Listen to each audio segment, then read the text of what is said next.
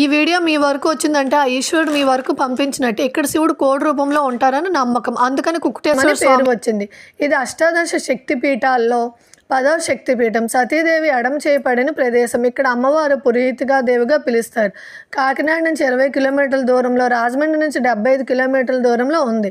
3 గయాల్లో ఒకటి. స్ఫటికలింగంతో కూడిన స్వయంభు శివలింగం మరియు ఏకశిలానందికి ప్రసిద్ధి ఈ పుణ్యక్షేత్రం. దక్షిణ కాశీ అని పిలుస్తారు. గయాసురుడు పాదాలు పడిన ప్రదేశం. శ్రాద్ధకర్మలు ఇక్కడ పెద్దలకు నిర్వహిస్తే పుణ్యలోకాలకు చేరుకుంటారని నమ్మకం. స్వయంగా దత్తాత్రేయుడు మరియు కుక్కుటేశ్వర స్వామి మరియు పురోహితంగా అమ్మవారు ఇక్కడే వెలిశారు. ఇంతకీ ఈ గుడి ఎక్కడ ఉందంటే తూర్పుగోదావరి జిల్లా పిఠాపురంలో ఉంది. పిఠాపురం పూర్వం పీఠికాపురంగా కీర్తిగాంచింది.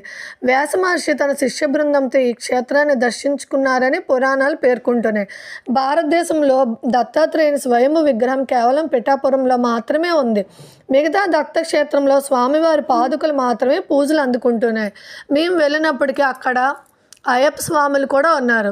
మేము వాళ్ళ ఆశీర్వాదం కూడా తీసుకున్నాము. ఇక్కడికి వచ్చే వాళ్ళు టైమింగ్స్ని దృష్టిలో పెట్టుకొని రండి. మధ్యాహ్నం 12:30 నుంచి సాయంత్రం 4:30 వరకు ఈ టెంపుల్ అయితే క్లోజ్ చేసి ఉంటారు. దూర ప్రదేశాల నుంచి వచ్చిన వాళ్ళు భోజనం చేసి రండి, లేకపోతే 12:30 లోపు దర్శనం అయ్యేలాగా ప్లాన్ చేసుకోండి. ఒక దర్శనం చేసుకోవాల్సిన పుణ్యక్షేత్రాల్లో ఇది ఒకటి.